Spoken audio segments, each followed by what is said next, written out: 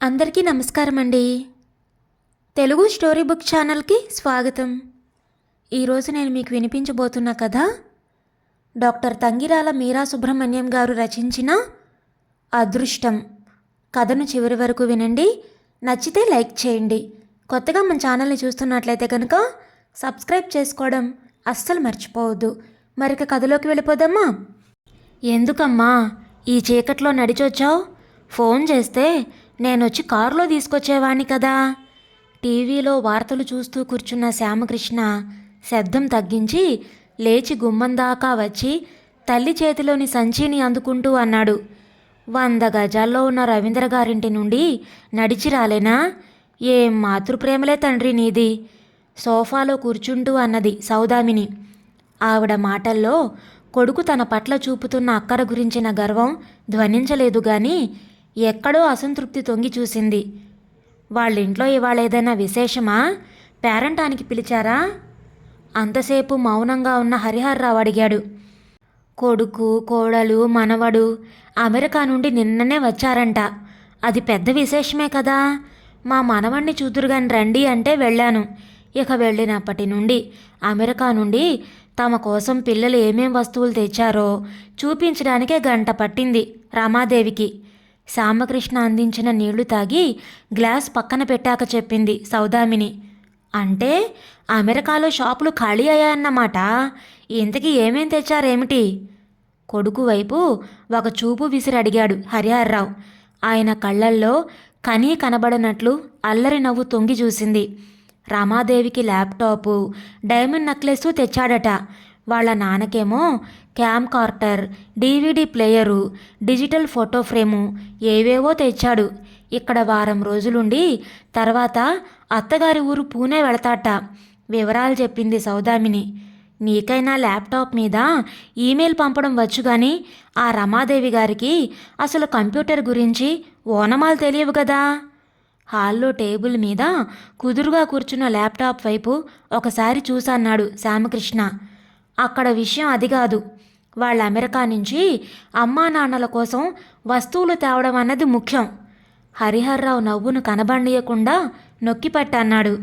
అసలు రవీంద్ర వాళ్ళ అబ్బాయి భాను మన వాడి గురించి విని ఆశ్చర్యపోయాడు.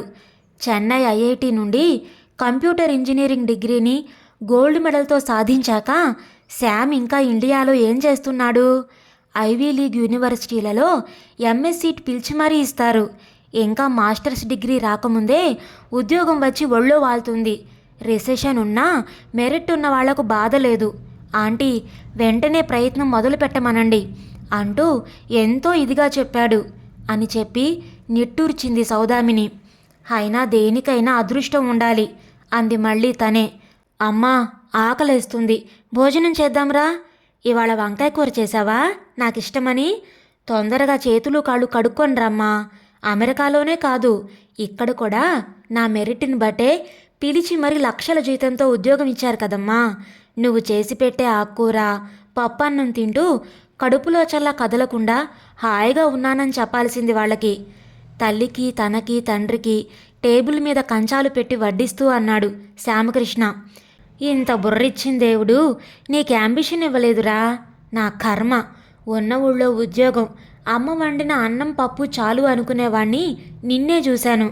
విసవిసా నడిచి వెళ్ళి చేతులు కడుక్కొని వచ్చి డైనింగ్ టేబుల్ ముందు కూర్చుంది సౌదామిని హరిహర్రావులకు 3 కూతుళ్ల తర్వాత పుట్టాడు శ్యామకృష్ణ.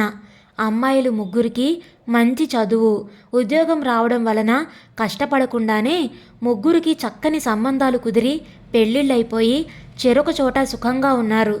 ఏడాదికో 2 ఏళ్లకో ఒకసారి పుట్టింటికి వచ్చిపోతారు.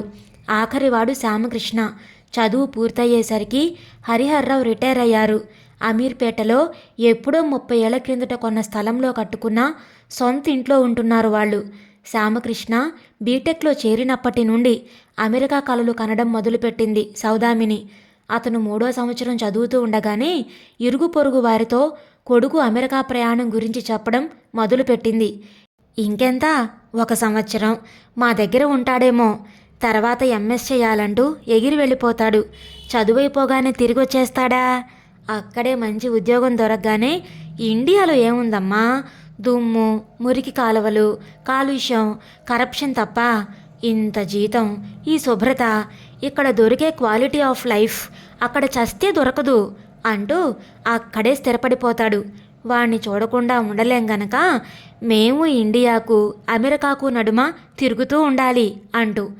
కానీ ఆవిడ ఆశల్ని వమ్ము చేస్తూ శ్యామకృష్ణ హైదరాబాదులోనే పేరు పొందిన కంపెనీలో మంచి జీతంతో ఉద్యోగంలో చేరిపోయాడు. ఒకప్పుడు పెద్ద పెద్ద నగరాల్లో ప్రతి వీధి నుండి ఒక కుటుంబ సభ్యుడు అమెరికాకి వెళ్ళడం ఉండేది. ఇప్పుడిప్పుడు చిన్న ఊళ్ళ నుండి కూడా ఒక్కో ఇంటి నుండి కనీసం ఒక్కరైనా అమెరికా ప్రయాణం కావడం జరుగుతోంది. ఇది వరకు అబ్బాయిలు చదువు కోసమో ఉద్యోగం కోసమో వెళితే ఆడపిల్లలు అమెరికా సంబంధాలు చేసుకొని మొగుడి వెంట వెళ్ళడం జరిగేది. ఇప్పుడు అమ్మాయిలు చదువు కోసం ఉద్యోగరీత్యా విదేశాలకు ఎగిరిపోవడం సామాన్యమైపోయింది. సౌదామిని హరిహర్రావు దంపతులకు పరిచయస్తులు, స్నేహితులు అందరి పిల్లలు చదువు పూర్తి కాగానే రెక్కలు కట్టుకొని ఎగిరి వెళ్ళిపోయారు. వాళ్ళంతా పిల్లలు రమ్మన్నారంటూ కోడలి కాన్పుకో కూతురి పురిటికో అమెరికా వెళ్ళి వచ్చి అక్కడ చూసి వచ్చిన విశేషాలతో కూడిన కబుర్లు చెప్తూ ఫోటోలు చూపిస్తూ ఉంటే శ్యామకృష్ణ ఎప్పుడెప్పుడు బయలుదేరతాడా అని ఎదురు చూసిన సౌదామినికి కొడుకు ఉన్న ఊళ్ళో ఇంత మంచి ఉద్యోగాన్ని కన్నవాళ్ళని వదిలి నేనెక్కడికి పోనమ్మా అని చెప్పేయడంతో గొప్ప నిరాశ కలిగింది. ఆ అసంతృప్తి అప్పుడప్పుడు మాటల్లో బయటపడుతూనే ఉంటుంది.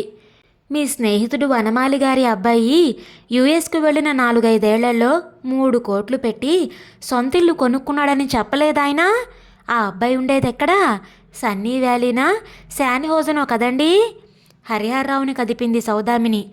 ఎంతైనా వాళ్ళ అదృష్టమే అదృష్టం అంది మళ్ళీ తనే. ఇప్పుడు మనం ఉంటున్న ఈ ఇల్లు కూడా సుమారు 2 కోట్లు ఉంటుంది మార్కెట్ రేటు ప్రకారం. అమ్ముతామంటే కొనేవాళ్లే ఉండరు గాని నవ్వుతూ అన్నాడు హరిహర్రావు. వాళ్ళు 3 కోట్లు పెట్టుకునే ఇంట్లో 1-2 గోడలు 4 కిటికీలు మాత్రం వాళ్ళ సొంతమమ్మా. మిగతాదంతా బ్యాంకు పెట్టిన డబ్బు 20 ఏళ్లకో 30 ఏళ్లకో తీర్చుకుంటారు. అలా తీర్చని వాళ్ళ మూలానే అక్కడ రియల్ ఎస్టేట్ బుడగ పగిలిపోయి బ్యాంకులు ఇల్లు వేలం వేయాల్సి వస్తుంది. ఎకానమీ ఘోరంగా దెబ్బతింది శ్యామకృష్ణ అన్నాడు. వెంటనే మళ్ళీ ఇవాళ వంకాయ కూర చాలా బాగా కుదిరిందమ్మా అంటూ గిన్నెలో మిగిలిన కూర వడ్డించుకున్నాడు. సౌదామినికి ఒళ్ళు మండింది. ఇంకే తోటకూర పప్పు, మునక్కాయ పులుసు, వంకాయ కూర ఉండడం వచ్చిన పిల్లని కట్టుకో సరిపోతుంది అంది విసుగ్గా. మర్నాడు ఉదయం శ్యామకృష్ణ ఆఫీస్కి వెళ్ళిపోయాక పూజ చేసుకుంటూ కూర్చున్న సౌదామిని కాలింగ్ బెల్ మోగడంతో విసుక్కుంటూ వచ్చి తలుపు తీసింది. హరిహర్రావు స్నానాల గదిలో ఉన్నాడు. వచ్చింది భరత్. హరిహరరావుకు వరసకు పెద్దనాన్నైన నరహరి గారి కొడుకు. వాళ్ళు సికింద్రాబాదులో కార్తికేయ నగర్లో ఉంటారు. భరత్ 20 సంవత్సరాలుగా అమెరికాలో స్థిరపడిపోయాడు.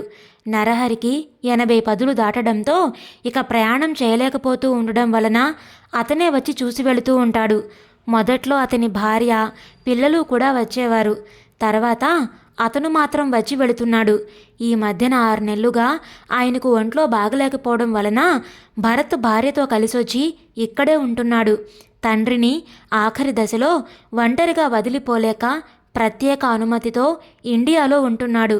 అమెరికాకు వెళ్ళిన 10 ఏళ్లకే అతడికి అక్కడి సిటిజన్షిప్ వచ్చేసింది. నాన్నగారు ఎలా ఉన్నారు? ఒక్కడివే వచ్చావే భరత్, సుమన్ కూడా తీసుకురావాల్సింది అంటూ ఆదరంగా ఆహ్వానించింది సౌదామిని. ఇంతలో హరిహర్రావు స్నానం ముగించొచ్చారు. పెదనాన్న ఆరోగ్యం ఎలా ఉంది? మీకింకా లీవ్ ఉందా అంటూ భరత్ పక్కన కూర్చున్నాడాయన. సౌదామిని లోపలికి వెళ్ళింది కాఫీ ఫలహారం తేవడానికి.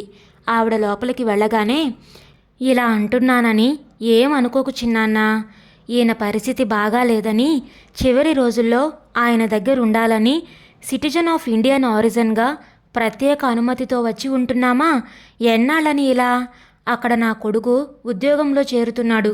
కూతురు గ్రాడ్యుయేషన్ పూర్తి చేసింది. వాళ్ళను కూడా పట్టించుకోవాలి కదా మేము. ఈయనకి చూస్తే అటు ఇటు కాకుండా ఉంది. ఏం చేయాలో తెలియక టెన్షన్ పడుతున్నాం అన్నాడు విసుగ్గా. హరిహర్రావుకు ఏం మాట్లాడాలో తోచలేదు. వంటింట్లో ఉన్న సౌదామినికి ఈ మాటలు స్పష్టంగానే వినిపించాయి. అంటే కొడుకు దయతో కొన్నాళ్ళు లేక 6 నెల్లో ఏడాదో అతి కష్టం మీద వచ్చి ఇక్కడున్నప్పుడు ఆ ముసలాయన తొందరగా హరి అనలేదని ఇతని ఆక్రోశమా అనే భావం భార్యాభర్తల మనసుల్లో ఒకేసారి మెదిలింది. అమ్మ హఠాత్తుగా గుండాగి చనిపోవడంతో ఎవ్వరినీ ఇబ్బంది పెట్టకుండా వెళ్ళిపోయింది. నాన్నకు వంట మనిషిని పని మనిషిని పెట్టి ఇన్నేళ్లుగా ఎలాగో జరిపాం. ఇంకో 3-4 నెలల కన్నా ఇక్కడ ఉండడం సాధ్యం కాదు మాకు. ఆ లోపుగా గనక ఈయన అంటూ సౌదామిని కాఫీ తీసుకురావడంతో ఆగిపోయాడతడు. కాఫీ అందించి ఇక అక్కడ కూర్చోలేనట్టు లోపలికి వచ్చేసింది సౌదామిని. 2-3 నెలల్లో నరహరి గారు గనక కన్ను మూయకపోతే వీళ్ళని చాలా ఇబ్బంది పెట్టినట్టేనన్నమాట. భరత్ వాళ్ళమ్మ గుండాగి చనిపోవడం ఆవిడ అదృష్టమో లేక కొడుకు కోడలు అదృష్టమో అనుకుంటూ నిట్టూర్చింది సౌదామిని. భరత్ వెళ్ళిపోగానే ఏదో ఫోన్ రావడంతో కంగారుగా బయలుదేరి వెళ్ళిపోయాడు హరిహర్రావు. ఆ వెళ్ళడం మళ్ళీ రాత్రి 8ంటికి ఇల్లు చేరాడు. మధ్యాహ్నం భోజనానికి ఆలస్యమైందని సౌదామిని ఫోన్ చేస్తే, నువ్వు తినేసేయ్, నేను రావడం ఆలస్యం కావచ్చు అని ఫోన్ కట్ చేశాడు. వాడిపోయిన ముఖంతో నీరసంగా ఇల్లు చేరిన భర్తను చూసి కంగారు పడింది సౌదామిని. మంచినీళ్ళు అందించి, ఏమైందండి అని అడిగింది అనునయంగా. వనమాలికి యాక్సిడెంట్ అయింది. అతను కూర్చున్న ఆటోను వెనక నుండి సుమో గుద్దిందట. ఆటో నుండి ఎగిరి పేవ్మెంట్ మీద పడ్డాడు. ఆ పడ్డం కూడా ఎలక్ట్రిక్ స్తంభం తిన్నెను తాకింది తల. పరిస్థితి విషమంగా ఉంది. కాళ్ళు చేతులకు కూడా ఫ్రాక్చర్ అయింది. విషాదంగా చెప్పాడాయన. నోట మాట రానట్టు నిలబడిపోయింది సౌదామిని. మొన్ననే అనుకున్నారు వాళ్ళు ఎంతో అదృష్టవంతులని. వాళ్ళ కొడుక్కి ఫోన్ చేశారా? వాళ్ళు బయలుదేరారా? నెమ్మదిగా అడిగింది. ఏ విషయం తెలిసాక వస్తామన్నట్ట. ఇప్పుడు ఆయనున్న పరిస్థితిలో తను వచ్చి చేసేదేమీ లేదు గనక వెంటనే వచ్చి వెళ్ళడం వీలవదని కాస్త నిదానించి వస్తానన్నాడట. డాక్టర్తో మాట్లాడి అనవసరంగా మెషిన్ల మీద పెట్టి ఆయన జీవితం పొడిగించే ప్రయత్నం చేయొద్దని చెప్పాట. తల్లికి ఈ విషయం తెలియదు, నాకు డాక్టర్ చెప్పాడు. నిర్వేదంగా చెప్పాడు హరిహర్రావు. సౌదామిని నిలబడలేనట్టు సోఫాలో కూలబడింది. ఒకవేళ ఆయనకు బ్రతకాలని ఉన్నా మంచాన పడి ఉండడం కొడుక్కి ఇష్టం లేదు గనక ఇవ్వగలిగిన ట్రీట్మెంట్ కూడా ఇవ్వొద్దన్నాడన్నమాట. ఏం పిల్లలు! వీళ్ల కోసం జీవితంలో 25 ఏళ్లు ధారపోసి ప్రాణంగా పెంచుతాం. నిజంగా అటువంటి పిల్లలుండడం తల్లిదండ్రుల దురదృష్టం. ఒక్కడే కొడుకు కదా, కర్మ జరిపించడానికి రాక తప్పదని ఆ కబురేదో తెలిసాక బయలుదేరదామని అనుకున్నాళ్లా ఉంది. సౌదామిని గొంతు వణికింది. శ్యామకృష్ణ ఇంటికి వచ్చే సమయానికి భార్యాభర్తలిద్దరూ కాస్త గుండె దిటువు చేసుకొని మామూలుగా ఉండడానికి ప్రయత్నించారు. అమ్మా, నన్ను 1 సంవత్సరం అమెరికాలో పనిచేయడానికి పంపిస్తారట మా కంపెనీ వాళ్ళు. భోజనాల దగ్గర మౌనంగా ఉన్న తల్లిదండ్రులను సంభాషణలోకి దింపుతూ అన్నాడు శ్యామకృష్ణ. ఉలిక్కి పడింది సౌదామిని. సంవత్సరం అని పంపి మళ్ళీ పొడిగించరుగా? భయంగా అడిగింది. ఎప్పుడు వెళ్ళాలరా అని అడిగాడు హరిహర్రావు. 3-4 నెలల కన్నా ఎక్కువ ఉండాల్సి వస్తే నేను వెళ్ళనని చెప్పేశాను నాన్న, ఇక వాళ్ళ ఇష్టం అన్నాడు శ్యామకృష్ణ. సౌదామిని ముఖంలోకి కళ్ళొచ్చింది. మంచి పని చేశావు అంది వెంటనే. తల్లి వైపు ఆశ్చర్యంగా చూశాడు శ్యామకృష్ణ. మర్నాడు శనివారం, సెలవు రోజు. 8ంటికి నిద్రలేచిన శ్యామకృష్ణ హడావిడిగా తయారవుతూ, అమ్మా, ఇవాళ మా కొలీగ్ని మన ఇంటికి బ్రేక్ఫాస్ట్కి పిలిచాను, టిఫిన్ ఏం చేస్తున్నావు అని అడిగాడు. పెసరట్టుకు నానబోసాన్రా, ఉప్మా కూడా చేయమంటావా అని అడిగింది సౌదామిని. అంతకంటే నేనేమీ అడగను మాత నాటకీయంగా అనేసి స్నానానికని బాత్రూంలో దూరాడు. సౌదామిని ఉప్మా చేసి పెట్టి పెసరట్లు వేయడానికి సిద్ధమవుతూ ఉండగానే కాలింగ్ బెల్ మోగింది. హరిహర్రావు పెరట్లో ఉండడంతో శ్యామకృష్ణ స్నేహితుడే అయి ఉంటాడు అనుకుంటూ చేతులు కడుక్కొని వెళ్ళి తలుపు తీసింది సౌదామిని. అక్కడ అందమైన అమ్మాయి నిలబడి ఉండడంతో అర్థం కానట్టు చూసింది ఆవిడ. నేను శ్యామ్ కొలీగ్నండి, నా పేరు దివ్య అన్నదా అమ్మాయి. ఆమె చూపులు శ్యామ్ కోసం వెతుకుతున్నాయి. తడబాటును కనబడనీయకుండా సర్దుకుంటూ, అవునమ్మా, శ్యామకృష్ణ చెప్పాడు, ఇలా వచ్చి కూర్చోమ్మా, మంచినీళ్ళు కావాలా అంటూ కుశల ప్రశ్నలు వేసింది. శ్యామన్న ఆ పిల్ల పిలుపులోని సాన్నిహిత్యం ఆవిడ దృష్టిని దాటిపోలేదు. హాయ్ దివ్య అంటూ వచ్చి ఆ అమ్మాయి పక్కనే కూర్చున్నాడు శ్యామకృష్ణ. వాళ్లకు కాఫీ ఫలహారాలు ఏర్పాటు చేయడానికి లోపలికి వెళ్ళింది సౌదామిని. కాసేపట్లో దివ్య కూడా వంటింట్లోకి వచ్చింది. ఆంటీ, నేను సహాయం చేయనా అంటూ. దివ్యకు వాళ్ళ నాన్న పెళ్లి చేసేయాలని చూస్తున్నారట, అందుకని వంటలన్నీ నేర్చేసుకుంటుంది ఉడికిస్తున్నట్టు అన్నాడు శ్యామకృష్ణ అందరూ టేబుల్ దగ్గర కూర్చొని తింటున్నప్పుడు. అంటే వండి పెట్టడానికే పెళ్లి చేసుకుంటారా మగవాళ్ళు? ఉడుక్కుంటూ అంది దివ్య. ఇంతకీ సంబంధాలు చూస్తున్నారా? అమెరికాలో ఉండేవాడా, ఆస్ట్రేలియాలో ఉద్యోగస్తుడా? ఎవరు కావాలి మీ వాళ్ళకి? నవ్వుతూ అడిగింది సౌదామిని. మా అమ్మా నాన్నలకు నేనొక్కతినే సంతానం ఆంటీ, వాళ్లను వదిలి ఎక్కడికి వెళ్ళను అంది దివ్య శ్యామ్ వైపు చూస్తూ. అచ్చం నాలాగే అమ్మా, పోనీ నన్ను చేసుకుంటుందేమో అడుగు సరదాగా అంటున్నట్టు అమ్మతో అన్నాడు శ్యామకృష్ణ. హరిహర్రావు చిరునవ్వుతో సౌదామిని వైపు చూశాడు. సౌదామిని శ్యామకృష్ణ కళ్ళల్లో మెరుపును చూస్తుంది. దివ్య ముఖంలో సిగ్గును గమనించింది. అమ్మా నాన్నల్ని వదిలి దూరంగా వెళ్ళము అనే పిల్లలు ఈ కాలంలో ఎవరున్నారు? ఎంతసేపు తమ కెరీర్, సంపాదన, తమ పిల్లలకు తామెంత గొప్ప జీవితాన్ని ఇవ్వగలమోననే ఆలోచనే తప్ప తమను కన్నవాళ్లను కడదాకా చూసే బాధ్యత మాది అనుకునే మంచి మనసు ఎందరికుంది? డబ్బులిస్తాం, నర్సును పనివాళ్లను పెడతాం, ఆఖరి రోజుల్లో కావాలంటే సెలవు పెట్టొచ్చి నెలో 2 నెలల్లో ఉంటాం, ఆ లోపుగా బుద్ధిగా ఆఖరి శ్వాస తీసుకోండి అనేవాళ్లే అందరూ. అందుకే దేశమంతా వృద్ధాశ్రమంగా మారిపోతుందేమో. మా కోసం మీరు, మీకోసం మేము అనగలిగే మీ వంటి పిల్లలుండడం మా అదృష్టం. మా శ్యామకృష్ణను చేసుకొని మీ అమ్మా నాన్నలకు, అత్తమామలకు కంటి వెలుగుగా ఉండిపోమ్మా ఆర్ద్రంగా అంది సౌదామిని. ఆమె గొంతులో పలికిన ఆర్తి హరిహర్రావు మనసును తాకింది. శ్యామ్, దివ్య చిరునవ్వుతో ఒకరికొకరు చూసుకున్నారు. పక్కన కూర్చున్న అమ్మ భుజం చుట్టూ చెయ్యేశాడు శ్యామ్. ఇంతకీ దివ్య, నీకు వంకాయ కూర, మునక్కాయ పులుసు, ఆకుకూర పప్పు కమ్మగా చేయడం వచ్చా? నవ్వుతూ అడిగింది సౌదామిని. అచ్చం నీలాగే చేస్తుందమ్మా అనేసి పట్టుబడ్డ దొంగలా కళ్ళు మూసుకున్నాడు శ్యామకృష్ణ. దివ్య సిగ్గుగా చూస్తూ ఉంటే సౌదామిని, హరిహర్రావు హాయిగా నవ్వారు. ఇదండి ఈరోజు కథ. మీకు నచ్చిందా? నచ్చితే లైక్ చేయండి, షేర్ చేయండి. అలాగే మీ విలువైన అభిప్రాయాలను కామెంట్స్లో తప్పకుండా తెలియచేయండి. ఇంత మంచి కథను మనకు అందించిన డాక్టర్ తంగిరాల మీరా సుబ్రహ్మణ్యం గారికి మనందరి తరపు నుంచి ధన్యవాదాలు తెలియచేసుకుంటున్నానండి. ఇలాంటి మరెన్నో మంచి మంచి కథలు వినడానికి మన ఛానల్ని తప్పకుండా సబ్స్క్రైబ్ చేసుకోండి. మరలా రేపు మరొక మంచి కథతో కలుద్దాం. అప్పటి వరకు ఉంటానండి.